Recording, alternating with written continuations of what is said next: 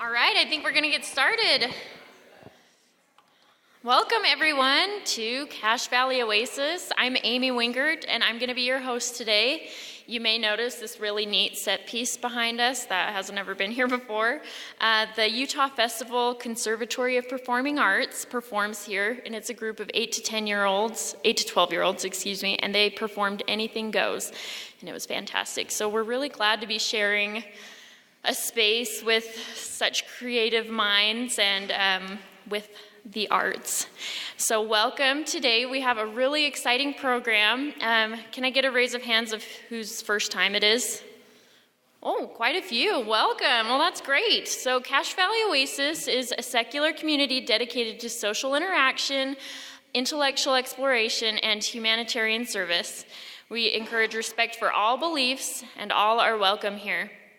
The values of Cache Valley Oasis are people are more important than beliefs, number one.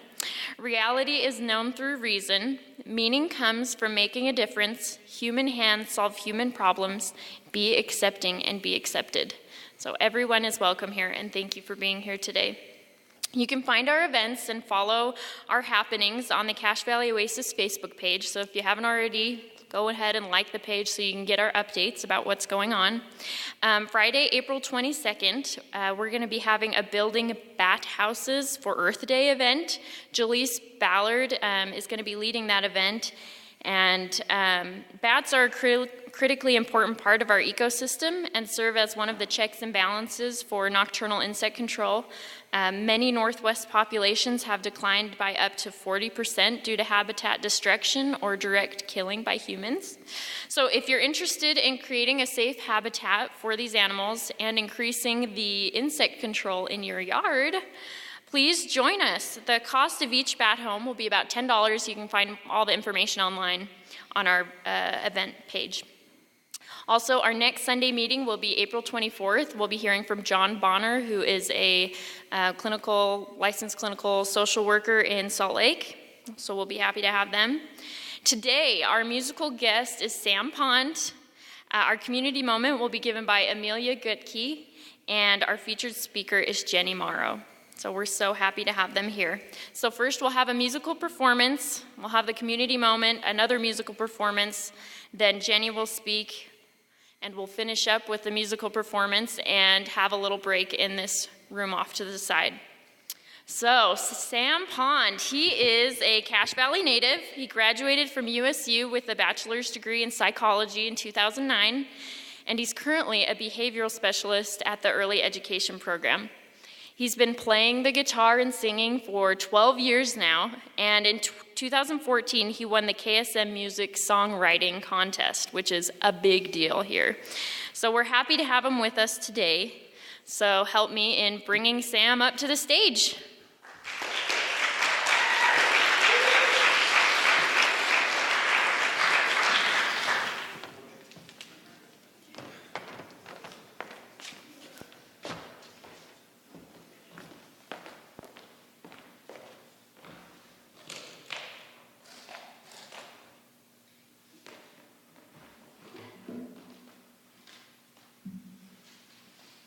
Thanks, you guys. First song I'm going to play is called The First Cut is the Deepest. It is not Shania Twain, it is actually Cat Stevens. She did make it popular.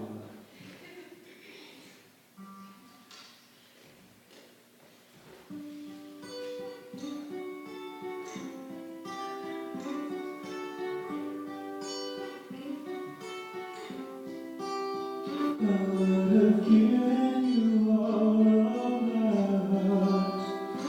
There's someone who's torn it apart, and she's taking almost all that I've got. But if you want to try to love again, baby, I'll try to love again, but I know first cut is the deepest. Baby, I know first cut is the deepest.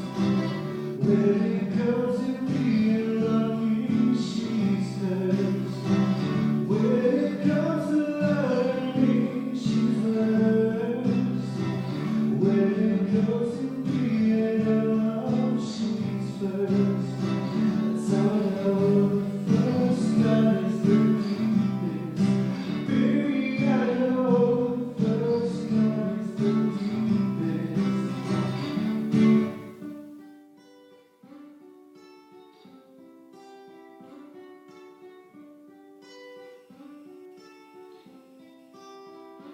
I still want you by my side, just to help me dry the tears that I've cried. 'Cause I'm sure you would try. And if you want to try to love again, baby, I'll try to love again, but I know first love is the deepest. Baby, I know first love is the deepest. When it comes to being loved, she's first. When it comes to loving me, she's first. When it comes to being loved, she's first. That's how love first love is the deepest. Baby, I know first love is the deepest.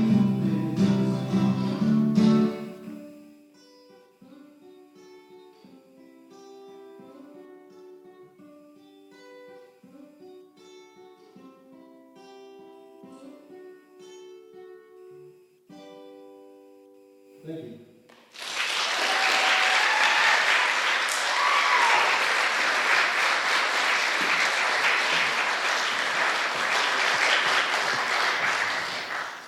Thanks, Sam. That was awesome. All right, I'm looking forward to hearing a couple more songs from you. Okay, so next is our community moment. Now, community moment is a time when someone in the community is invited or asked to come up and to share something that they've learned in their life or share something that excites them, that they're passionate about, something about their journey through their life. And today, our very own Amelia Gutke will be speaking to us. So she's currently studying social work at Utah State University. She's got 3 kids, ages 8, 6, and 2, and she recently just moved from Nibley over to River Heights in this beautiful home.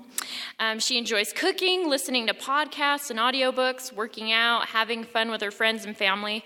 She's actually on the Cache Valley Oasis Board of Directors, and she's really excited and passionate about this community. So welcome, Amelia.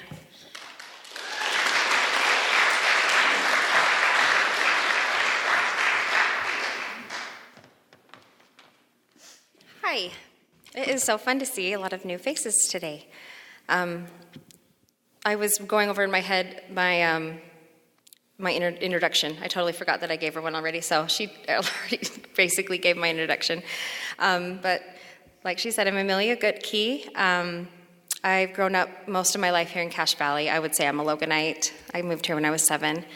And I grew up LDS, and I'm really excited about this community here. So for this moment, I was thinking, I had so many different ideas of what I wanted to talk about today, and then I decided to go along with the theme of relationships, because that's what we're going to be touching on today. And so I'm just going to get a teeny bit personal, and I hope that's okay. So my relationship that I'm working on in my life I'm working on the most with is with my 8-year-old daughter. So I have an 8-year-old, a 6-year-old son, and a 2-year-old daughter. And Franny is my 8-year-old, and I can talk about her because she's not here. And she would be so mad. So I liken our relationship to when you are trying to lose weight, and then 10 years later, you have gained a lot more weight, and you look back at 10 years ago and you're like, I was really skinny, and I should have just been grateful for how skinny I was instead of worrying about it back then. So that kind of came in my mind, because now that I have an 8-year-old, I'm like, I really miss her throwing tantrums and being in diapers. Like, I would totally take that over this 8-year-old that is so smart and has her own brain, and it's like, so now I have to deal with this person instead of this baby. And which is exciting, and it's scary. And I know that some of you have already been through this, and you're way past what I'm going through. But I know that some of you still have little kids at home, and some of you don't have kids. But I wanted what I talk about to relate to all of us. So I'm just going to talk about what I'm going through with Franny as just a relationship model. So, she's been doing this thing where she just shuts down when she's angry, and she won't talk to us, to Paul and me, my husband. So we decided after we felt like we had tried everything to kind of fix our little family, we decided to go to Utah State Counseling, to the family counseling there. So we've been seeing a gentleman there for a few weeks. Well, it's been like 6 weeks now, but it's been really great. And so Paul and I and Franny have been going to see this counselor, and we've been like learning a lot of things. And I've had a couple of really great aha moments sitting in that counselor's office, sometimes by myself and sometimes with Paul and Franny. And the thing that I feel like I learned the most, which I'm looking at this, and I think it's like kind of the same thing, which is great, is so he talks about Paul and me as a unit. We're these parents, and we have this permeable shield. So what we give to our kids, it goes down into what we give our kids, and what they come into us. But then we have to put up a shield, a permeable shield, or an impermeable shield sometimes. Like, what do we allow them to bring into our life as a couple? What do we not allow them to bring into our life as a couple? So we've been working on, like, okay, we need to get the 2-year-old out of our bed at night.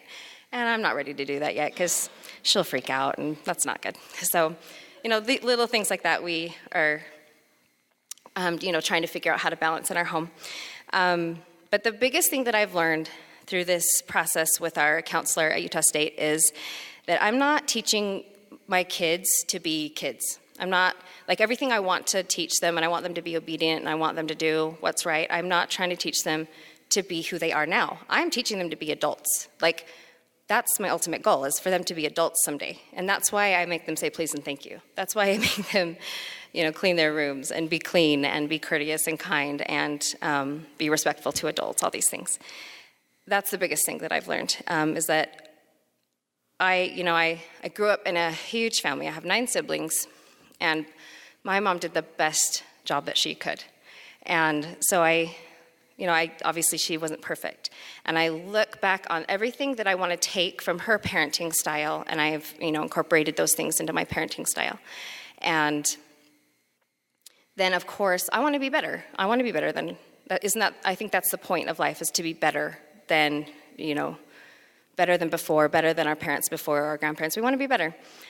So I'm taking those things that my mom did to raise me. And I say my mom, my dad was there, but he was in the military, so, it was mostly my mom raising us. I want to be better, so the hard part for me is being a friend to this 8-year-old child, but also being her parent, because I really want to be friends with her, because I feel like that's kind of something that I wish I could have had with my mom, was being more friends. But she was running a 10-child household, so it was more of a business type situation than like, hey buddy, how's it going?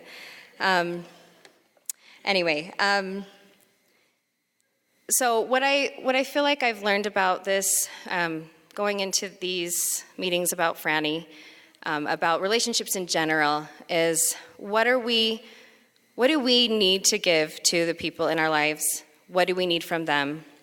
Like, what walls do we need to put up for our own safety, and what walls can we break down for everybody's betterment? So I hope that adds to what we're going to hear about today. And I'm really excited to hear about it, and I will hopefully meet all of you new people soon. Thank you.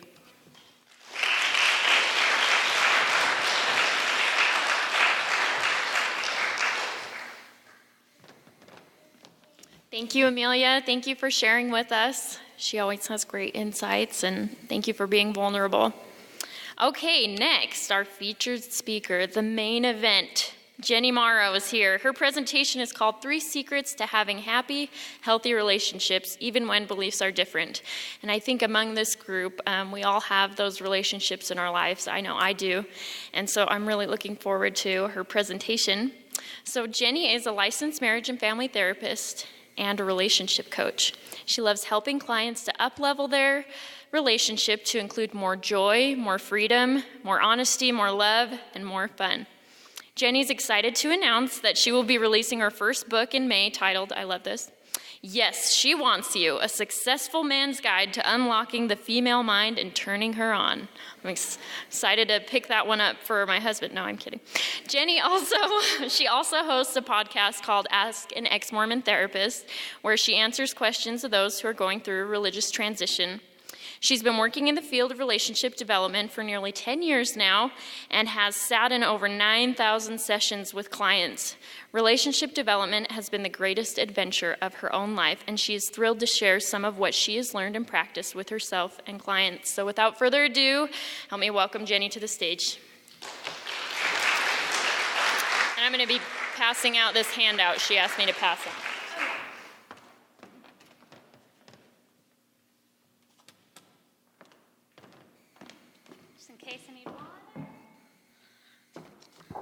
So I'm really excited to be here. If I could talk about one thing, this would be it. Relationship stuff is my thing. It's still one of the things I struggle with the most, but it's also one of the things I really like to explore and practice with and experiment with. So I'm excited to share some of the things that I have learned from sitting with clients over the last few years, and hopefully there will be a few things that are helpful, and I'm going to try to watch the time, so at the end, give some time for questions and answers. So if questions pop up as we're talking, feel free to jot them down or just remember them.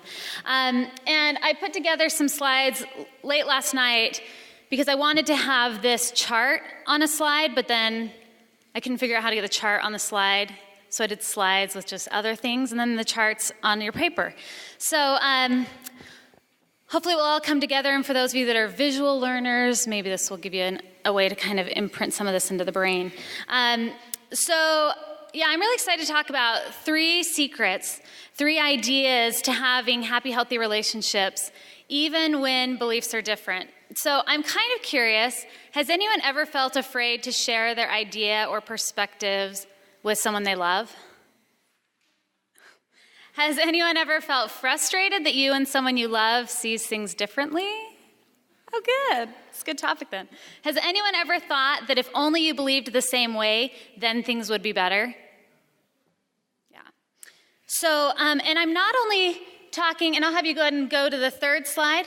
So I'm not only talking about beliefs about religion, which, many of you here might have differences than people you love in religion, but I'm also talking about beliefs about time, beliefs about money, about food, about religion, about relationships. There's all sorts of areas of our life where we actually do believe things. And sometimes we believe them in a way that they seem so real, they're like reality to us. And so, religion is just one area where we have different beliefs. And it becomes helpful to see that it's just one area of practice. Sometimes that makes it feel a little bit less overwhelming. So how do we deal with differences in our lives? And I'm going to draw your attention to this little drawing that I drew out. And I put this together when I had just started doing therapy, probably 8 years ago. I'd maybe been doing therapy about 2 years. And I started to draw out, what is it that I really see people wanting? At this point, I'd seen somewhere between 500 and 1,000 clients, and I was just trying to get clear, what is it people are really, really wanting here? And so often they'd come in and they'd want to work on a relationship or their depression or their anxiety or an addiction. And I'd ask, what would be different if your addiction was no longer there? Or what would it be like if you weren't experiencing depression or anxiety? And they'd start to explain what they would think life would be different. And then I'd ask, well, and what would be different if you felt that? What would be different if you felt more calmness in the home? What would be different if you felt happier in your life? And they'd kind of look at me like, I don't know, it'd just be that thing, that thing that you want, that thing that we all want. And so as I thought about what is it we all really want, and I started it by labeling it intimacy and connection. And it seemed like what we were all wanting was intimacy and connection with who we really are and intimacy and connection with others. And then a few years ago, I ran across some of Joseph Campbell's work, and he's a man who studied mythology and cultures and religions for about 50 years. And near the end of his life, he was interviewed. The interviewer asked him, he said, what is it we're all really seeking? And the interviewer guessed. He said, is it meaning? Is that what we want? And Joseph Campbell said, no. He said, I think what we want is an experience of aliveness, a rapturous engagement with life, so that who we are on the inside gets to be expressed or manifest or lived on the outside. And so I ended up using that word because I felt like that's really what it is. When we're intimate, when we're connected to ourselves, when we're connected to others, this is what we feel. We feel like we're plugged into life. We literally feel more alive. And so there's two ways we go about seeking aliveness. The first way, if you follow that line down to the right side where it says risking, that's kind of like the first and most natural way we go about seeking aliveness. When you watch a baby or a child, they just take the risk to be alive. They show up in the world as they are, with their thoughts, with their feelings. And then somewhere along the line, we start to get the message that some part of us or some parts of us may not be as acceptable or desirable as other parts. And so in those very sometimes subtle, sometimes not so subtle interactions with caregivers and friends and peers and siblings, we start to get the message that certain people don't like certain parts of us. And so often what we do is we start to move over to the left and we start to mask certain parts of us. And we do that in two ways. So I'll have you go to the next slide. We do that in passive ways. One of the ways we mask is by becoming more passive. We hide, ignore, deny, pretend parts of us, pretend they don't exist. Sometimes we even start to do that from ourselves. Or we mask with more aggressive measures, where we try to control situations, convince, change people, fix ourselves, fix others, manipulate, control. So both of these are ways that we deal with differences, and they kind of lead us into all sorts of coping mechanisms to just try to survive. So one of my own perspectives is that this left side of the chart is not bad. It doesn't make us bad, but ultimately it can leave us feeling isolated and alone, and it can cut us off from this experience of aliveness that we're really wanting in our relationships. And so one of the questions that came up for me is, what is it we need to move back over to the right and to experience this vulnerability that ultimately feeds back into this experience of aliveness? And if I had a pen, I would take it out and draw a line from the vulnerability at the bottom of the right all the way back up to aliveness with a little arrow, because that's where we experience the aliveness, when we're able to go deeper with ourselves and with others, because this safe container starts to open up where we get to show up more fully with more parts of us. Then what starts to happen is we start to feel this sense of exposure. And it is a really vulnerable experience, but when it's safe to do that, that's where we experience this sort of charge or plug into life, plug into relationships. So hopefully that makes some sense, and I wanted to give you just a little background as we're going through this, because hopefully it will help give some ideas for how these three secrets can really make a difference. Okay, so let's go to the next slide. And actually one more. And one more. Okay, so the first secret is we must learn how to share impact. So one of the things that we have to do in order to connect with others is we have to show up. Like, we have to be there, and we have to be available, and we have to be present. So what does sharing impact mean? Sharing impact means sharing your experience as you're relating with someone else. So for example, as I'm standing here speaking to you today, I'm experiencing a lot of energy right here in my heart and chest. I'm experiencing a lot of warmness in my body. I'm a little bit more calm than I thought I'd be, though I do have some butterflies in my stomach. And so as I'm in relationship with you right now, that is me sharing with you a little bit about what I'm noticing as I'm standing here in front of you. And if you were all to kind of check in with your own body, you might notice what you're experiencing as you're watching me. You may be feeling comfortable and calm. You might be feeling kind of embarrassed for me. There could be a variety of feelings. So let me give you a few other examples. I was recently in a conversation with someone I care a lot about, and they were explaining to me how busy they were. And this was a familiar conversation. It's a conversation I've had with them many, many times. And as we were having this conversation, part of me wanted to lash out. I wanted to explain why being so busy was wrong. I wanted to judge what I assumed it was doing to their health and to their relationships.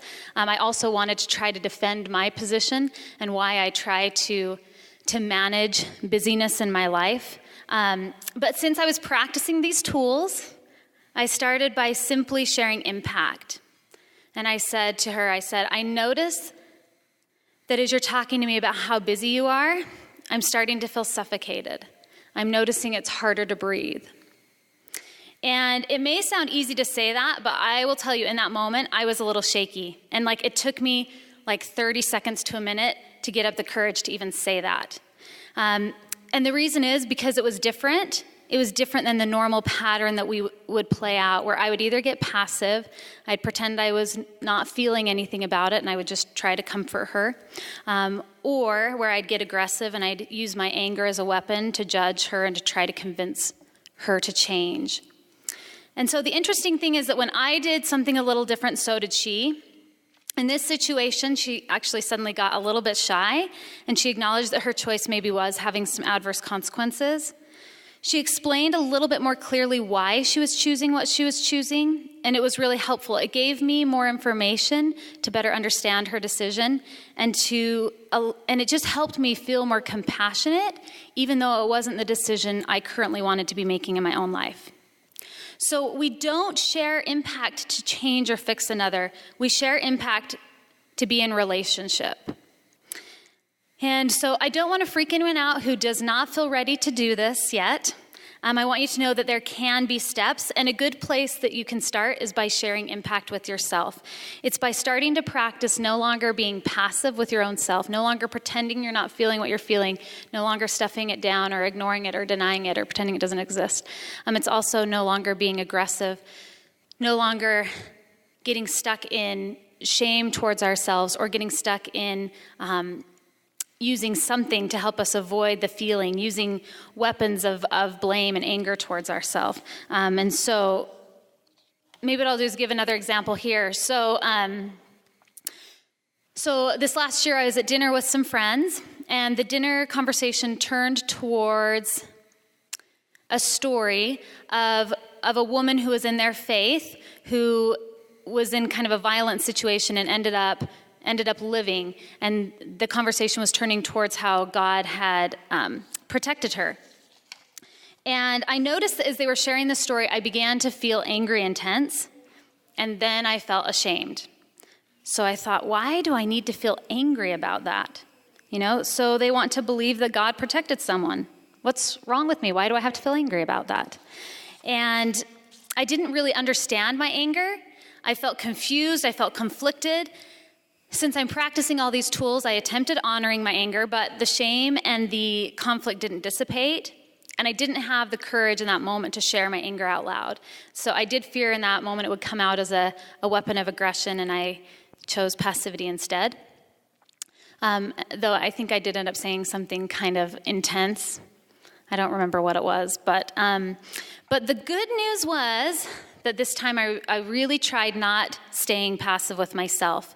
So rather than stuffing it down or pretending that moment didn't happen, I found someone to help me better understand my anger.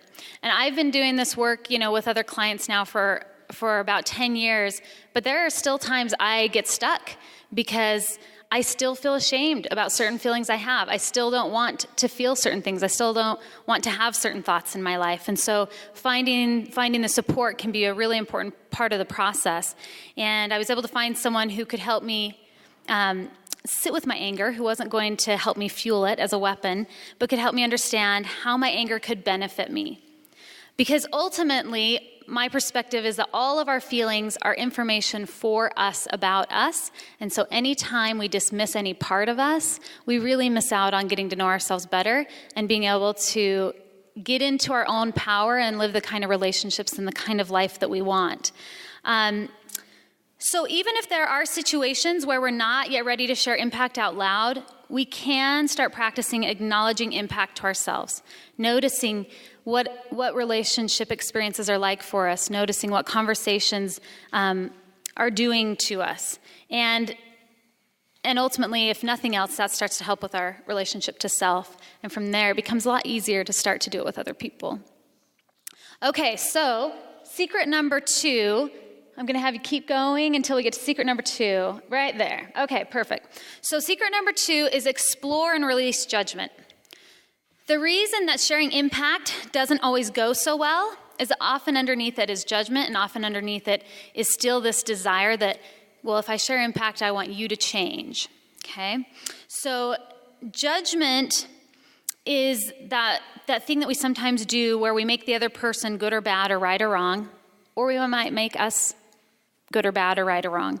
And while judging doesn't make us a bad person, what it does do if we get stuck there is it can block intimacy. Okay, so I'll have you go to the next slide. Okay, and one more. So here are some examples of judgment. So let's say your spouse puts uncovered leftovers in the fridge, and you think, are you stupid? They're going to get crusty. What's wrong with you? Your friend, I don't know where that example came from, by the way. It was very random. I thought maybe someone in the audience will have that experience. Your friend is always inviting your family to join them on expensive vacations. And even though they know you don't have much money and you think, they're so inconsiderate. Why would they be doing that? Right? But with a judgment, something's wrong with them. In the next slide, you find out upsetting information about the religion you grew up in. When your family doesn't want to hear the information, you think, those ignorant little fill in the blank. Do they just want to live in a bubble forever? The reality is, it is actually very difficult and vulnerable for us to sit with intense emotion. Even good emotions like joy, even pleasant emotions. And so judgment or making meaning out of something is one of the ways we seek to avoid the intensity of what we're feeling. So while there is a place for assessment in our lives and in our relationships, judgment, as we often use it, does not help us or the relationship until we can sit with it and explore it. Because often judgment comes up as a protection in a relationship that doesn't yet feel fully safe, or in a relationship where we don't yet know how to express all parts of ourselves. And my guess is that includes pretty much every relationship we are a part of. Because even our relationship with ourself is still being developed. For the most part, I don't know, I have yet to meet someone that's like fully with themselves. So the judgment comes up to protect ourselves from intensity of emotion. It also comes up to protect ourselves from this vulnerability with ourselves or another. So there's no need to shame ourselves when we're judging someone, but what we can do is notice it, acknowledge it, and then use it to better understand ourselves and our own desires, what we really want out of life, and where we are misaligned with that. Because again, judgment is information for us, about us. It doesn't necessarily have anything to do with the other person. And so one of the phrases I used to use with myself when I would feel myself feeling prideful, like, what's wrong with them? They just don't know what they're talking about. And I would just often remind myself, Jenny, pride comes from pain. Pride comes from pain. Anytime we're feeling that, that's good information that some part of us is feeling a little bit sad, disconnected, wanting more connection than we know how to get in that moment. So I am going to have you go to the next slide. And one more. Okay, go back. I was debating whether to share this. It seems kind of silly, but I'm going to share it. So let me see how I'm doing on time. Okay, we're good. Okay, so about 8 years ago when I was working as a therapy intern, and so I wasn't making much money, and one day I was having a stress about money day. The reality is, I find even when we start to make more money, we still have stress about money days. And so I thought, okay, I'm going to go get beans and rice for lunch. Like, I'll just call up a Mexican place close by, and I'll go do takeout. Then I don't even have to pay a tip, pay $3.50, get some beans and rice. It'll be satisfying. And so I order the beans and rice, I go to pick it up, and they ring me up for like $7. And I was like, what? I've never been to this place before. And I was like, that's like $3 more than I wanted to spend. I'm feeling overwhelmed. And I'm like, Jenny, what's wrong with you? It's only a few dollars, relax. So I got to my car, and then as I get in the car, I'm pulling out, and someone's coming around the corner, and I have to do one of those like quick stops. And so I immediately throw a judgment out. Like, why is he going so fast? It's just like all of a sudden I'm realizing I'm in this like swirling circle of weird fear, blame, shame, stuff. So I pull back into the parking spot and I'm like, okay, what is going on here? And I just kind of sat with the feeling for a minute. I sat with the judgment I had towards the man in the car. I sat with the judgment I had towards the Mexican restaurant for charging $7 for beans and rice. I just kind of like sat with it all. And I started to notice this sadness rising in my throat. And then the tears came. And as I cried, I just noticed like, I'm feeling kind of alone right now. Like I'm feeling on my own. And it took that experience of just plugging back into myself and noticing like, here's what's really going on.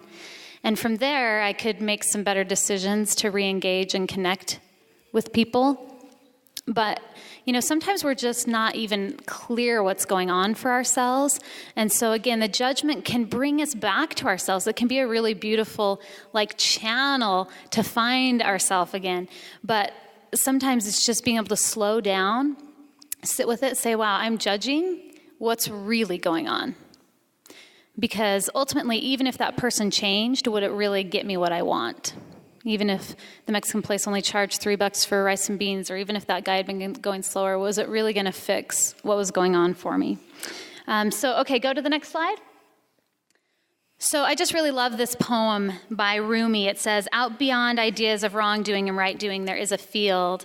I'll meet you there. When the soul lies down in that grass, the world is too full to talk about. Ideas, language, even the phrase each other doesn't make any sense.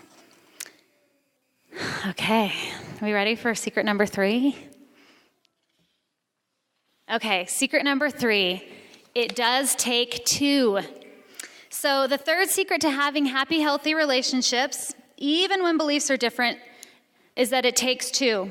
So I have more than one relationship situation where I believed that if I could do everything right, then I could make the relationship what I wanted it to be. That somehow I'd be able to do my part and their part. But this has been one of the most painful parts for me in becoming a therapist, because I think on some level there was some belief that if I became a therapist, then I could learn how to do everything right and I could make all my relationships be what I wanted them to be. And the reality is it takes 2. So we can only go as deep as both people are able and willing to go. But the good news is we can still do our part.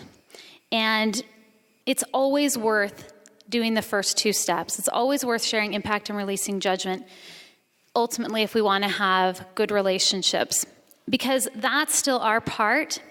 And sometimes all we can do is our part and let go of control. And what I find is that when we do our part, either the other person becomes inspired to do their part, and that might take a few years or months or weeks or a lot of years, but either they become inspired to learn their part, or we're able to open up with love and compassion for them, and someone else is able to show up to meet us.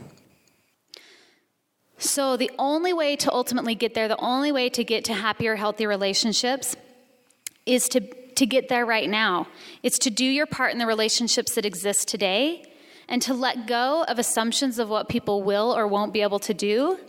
You never know when someone will be ready to step up to the plate and figure it out. And you'll also go crazy if you're expecting someone else to do something that they're not doing. So what I find over and over is when I get frustrated someone's not doing what I want them to do, if I go back to these steps, it releases that frustration and anger. It doesn't mean I don't have to feel things. It doesn't mean I don't have to feel part of the grieving that comes up with letting go of how tight we were holding on to what we wanted this to look like, what we wanted this relationship to look like at this time.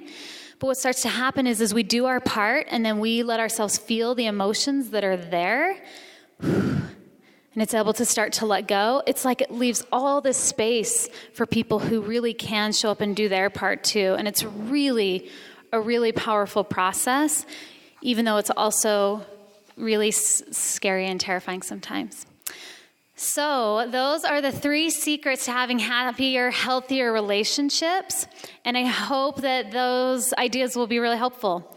And I think that's it on the slide. So, any questions, any thoughts, any ideas? Anyone want to throw out any impact that they're experiencing right now? Yeah.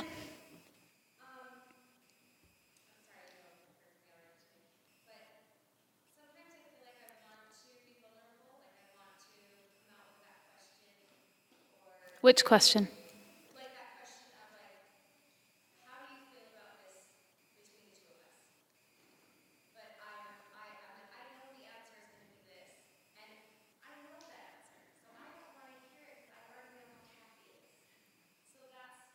Yes. Yeah. Good. So, a good, option of what to practice in that moment is to get really, really present and notice the fear.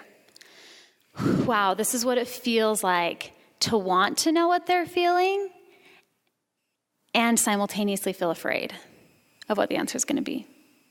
And you can just start by sharing that experience of the moment with yourself. And making lots of space, okay, it's okay to feel this.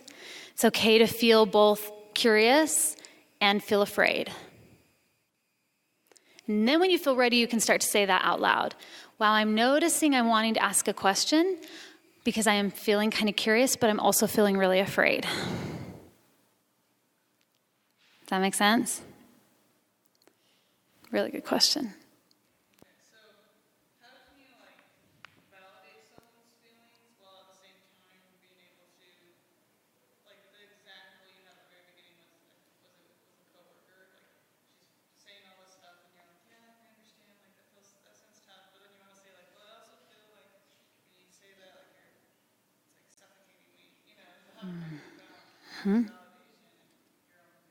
Yeah, so that's a really good question. And, it can start either way because when two people get kind of triggered into intensity, in a way we both need safety, right? So if we go in, and I think part of the fear is that if we're present, then we're not going to be validating them. But what I find is really interesting is when we can get really, really in the moment without judgment, like when we're just in the observation of the experience and we can share that, it actually often feels validating. It actually often validates both people simultaneously. So in that moment, what I had tried in the past often was oh, I'm so sorry. Yeah, that's really tough. Life can be really hard and busy sometimes. And so we'd had a lot of those conversations before. And for some reason this time it was I don't want to go there. Right now, this is what I'm experiencing. And so when I was able to say, wow, I'm noticing as you're talking about how busy you are, I'm actually noticing I'm feeling kind of suffocated. It feels hard to breathe. And all of a sudden it was a validation for her because my guess is she was feeling suffocated too. So it takes practice. And one of the best ways to practice relationships with other people is to learn some mindfulness practices yourself. And if you want good ideas for books or teachers, let me know. I can give you guys some ideas. Because learning how to just get into the moment and notice what we're really experiencing, and if we can get super present, if the other person can feel us being there in compassion, often they'll soften enough to let it validate them as well. Does that help? Cool. Yeah, I might be putting you on the spot here, but could you give some examples or some role play, some kind of situation between a spouses or parent-child about a religious transition, one transitioning out, one staying in, and how to share and talk about those things, how to still have a good relationship? Totally, yeah.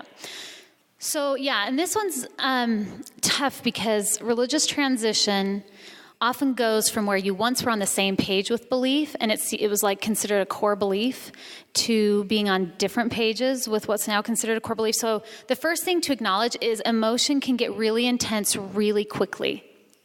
And the first place to start is to soften around that reality.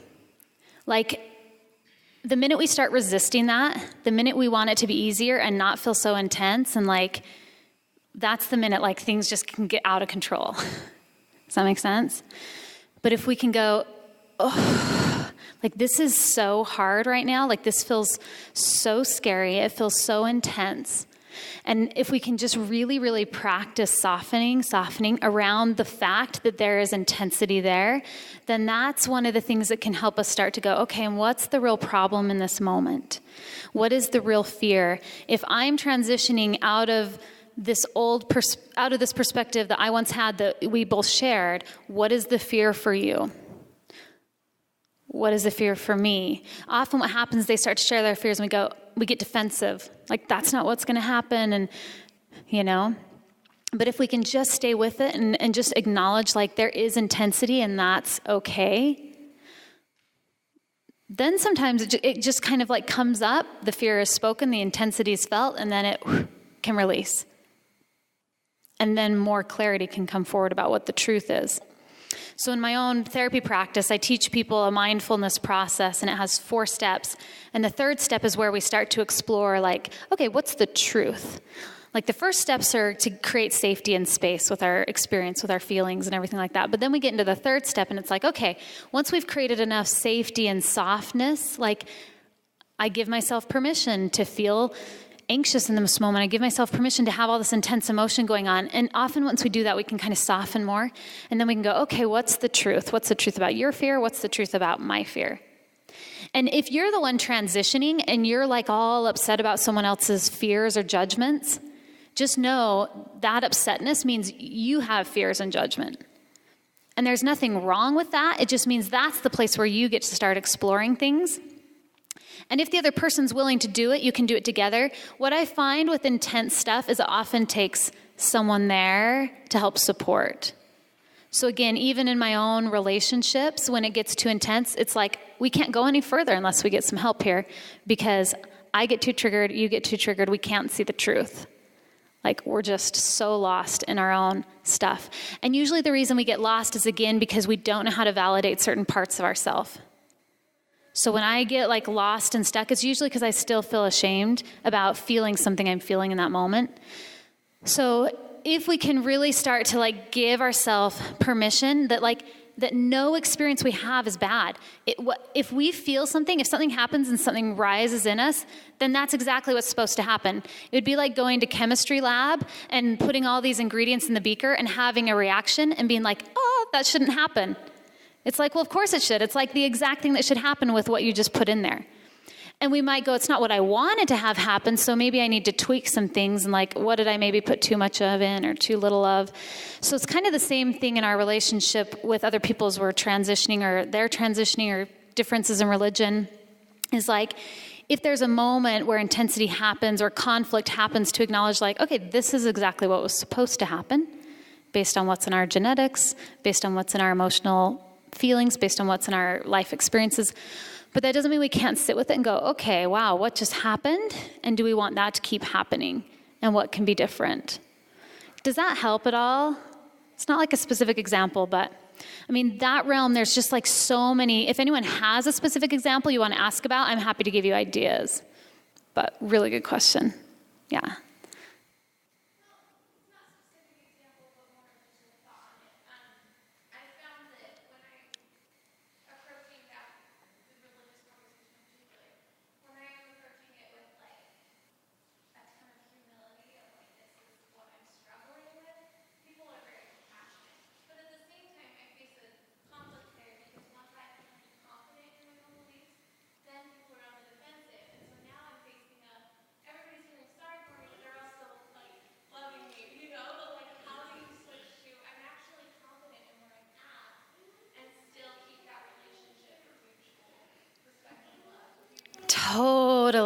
Totally. And so many of us create meanings about love. And so we think that love means this. Like, love looks like this really soft, like gentle thing.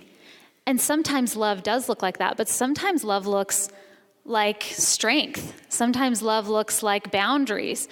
So I think part of it is releasing the story we have about love to include more truth about what love can be, because it can be so many things. And so for me, man, I just can like relate. And I'm remembering those experiences of like, I just want to stay really humble and just keep people feeling like really gentle towards me. And that was an important part of the process because I was so fragile. But ultimately, like, it started to get to a place where it was like, okay, that's okay, but I don't want my relationships to stay this way. I don't want them to be about walking on eggshells. I want them to be stronger. And so I'm going to have to just show up more, and I'm going to have to let them be where they are more. And that might mean for a while, things don't look like they once did. And that's also been true in my experience. Like, it almost moves into a place where people start to feel scared. Well, in my experience, this may not be true for everyone, but it's gone from, like people being very gentle with me to people being scared. But over time, people start to also be able to respect, especially when they realize that, like, you're not going to force your perspective on them, but you're not going to pretend anymore. Like, you're not going to be someone you're not, and you'll honor them and give them space to honor you. But I do find that sometimes that means spending less time with someone that you once spent a certain amount of time with. And it doesn't mean that the love has to change. It's just allowing for the dynamic to be more organic. And sometimes over time, again, what can happen is it'll shift again. So it's also knowing, like, just because it's moving into this phase, a relationship with someone doesn't mean it's always going to be there. So it might go from a more soft, like fragile phase to a more like strong boundaried phase. And maybe at some point there will be more real love where there's less fear. Does that make sense? So it's easy for us to get in our mind and create a story of what love needs to mean. And then it's easy to feel like if it's a certain way right now, it's always going to be that way. And like, I find if we do our own development work, things will keep changing. Yeah. Does that help at all? You're welcome. Any other questions? So this has been actually really fun. I'm going to check the time. Yeah. Do you have a list of books or resources you can just quick throw out for everybody? Let's see. Okay, yeah, so a couple of books. If you're wanting to do more mindfulness work, one of my very favorite books is called The Wise Heart by Jack Kornfield, and Kornfield starts with a K. That was a really big perspective shifter for me. And man, I've got like a whole bunch depending on what specifically people are wanting to work on. I'm trying to think of another specific mindfulness book.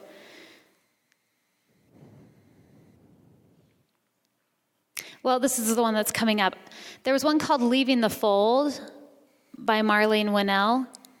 It was about specifically transitioning out of like a more orthodox or fundamental religion, leaving the fold.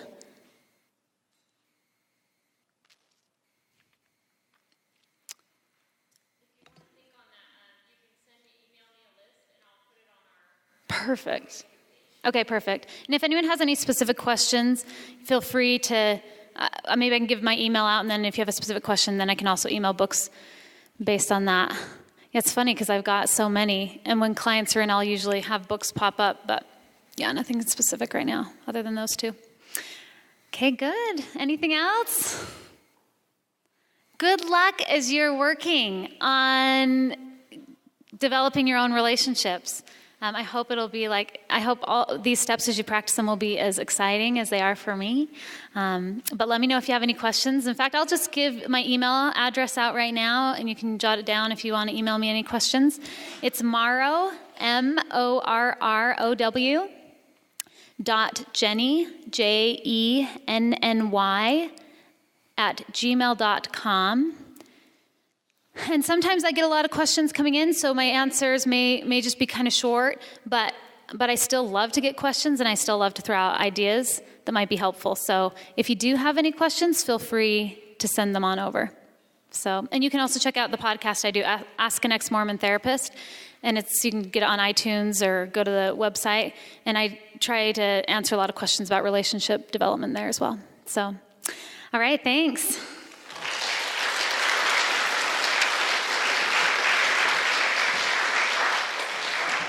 And there are keys up here, so they're yours.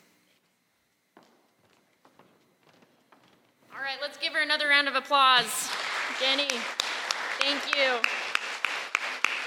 That was amazing. Wow, thank you so much. I took a full page of notes. And I'm probably going to email you, so thanks for that offer. How generous. And I'll be sure to get those resources and the list of books up on the Cache Valley Oasis Facebook page. So right now we're going to have JP, Jeremy Parkin, come on up and talk a little bit about how we're funded and donations. And then after that, we're going to hear again from Sam. So JP, come on up.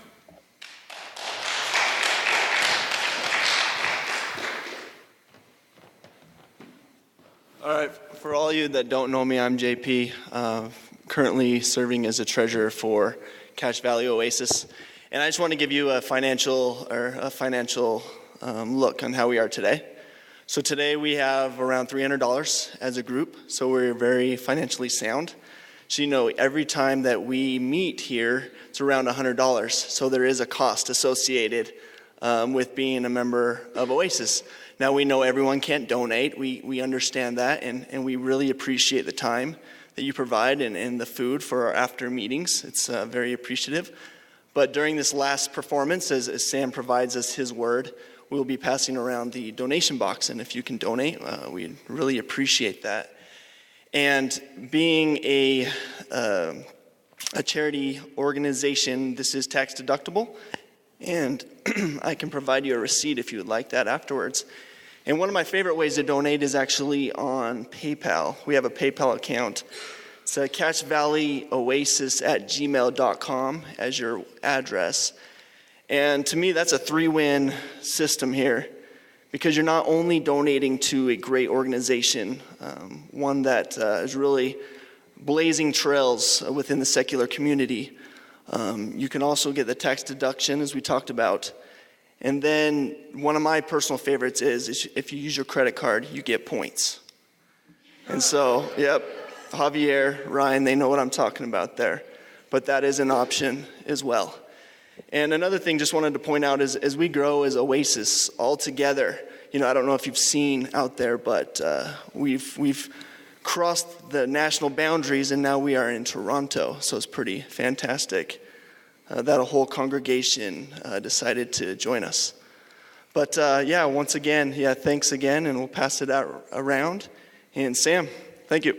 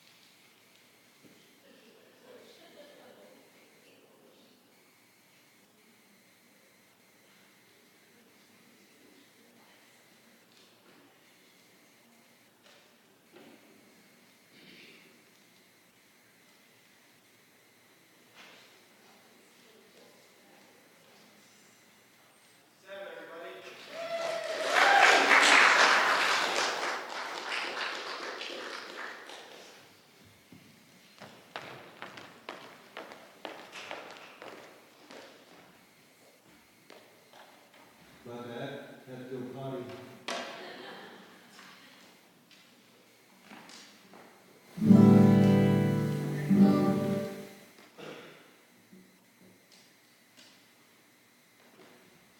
This song is called Giving Up by, I think it's Ingrid Michaelson.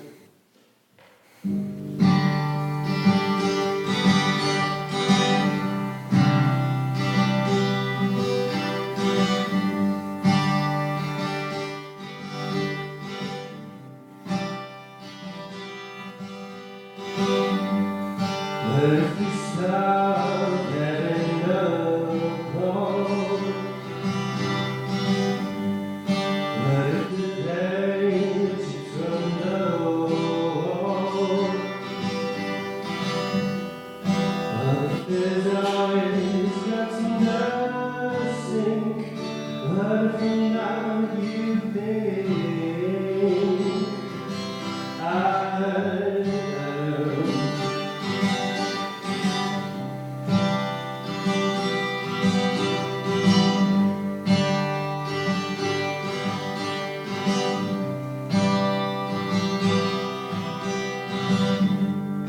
but if I thought that it ain't you, but if you dream of somebody new, but if I never let you in, taste you for rolling pain, now what if I do? 'Cause I am giving up, oh, making passes, and I am giving up, oh, have empty glasses, and I am giving up, oh, greater glasses, yes, I am giving up.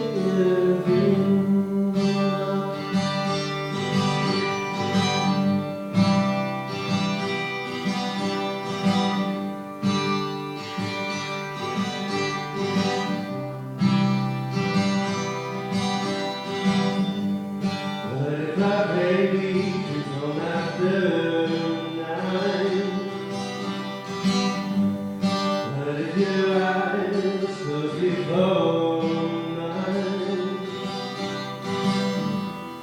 but if you lose yourself sometimes, then I'll be the one to find you, safe in my heart.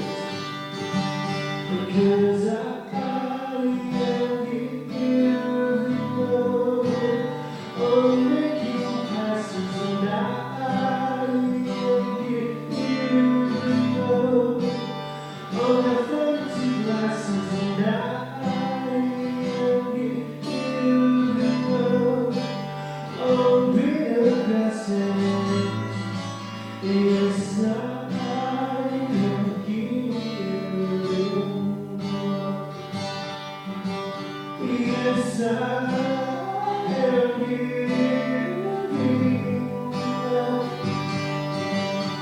Yes, I am giving up. Yes, I am giving up for you. Yes, I am giving up for you.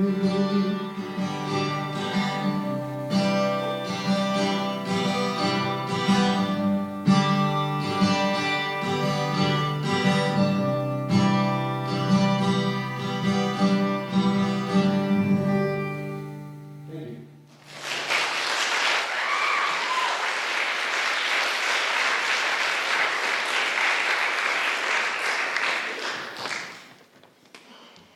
Thank you, Sam. That was really beautiful. I'd just like to thank everyone for coming, to thank our presenters, Jenny, Amelia.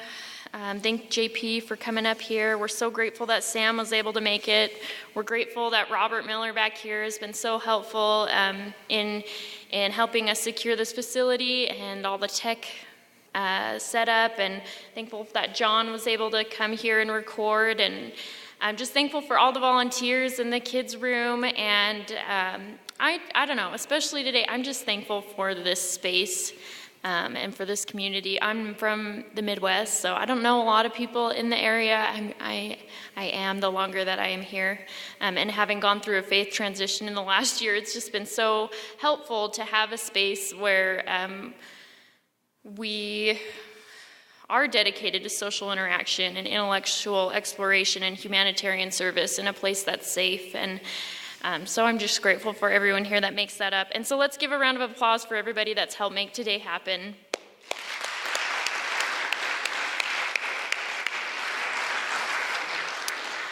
Okay, so if you'd like to give a community moment or be a musical guest, or if you have an idea for an activity, a service activity, just let us know. Either post it on the Facebook page, or you're welcome to email the cashvalleyoasis@gmail.com email.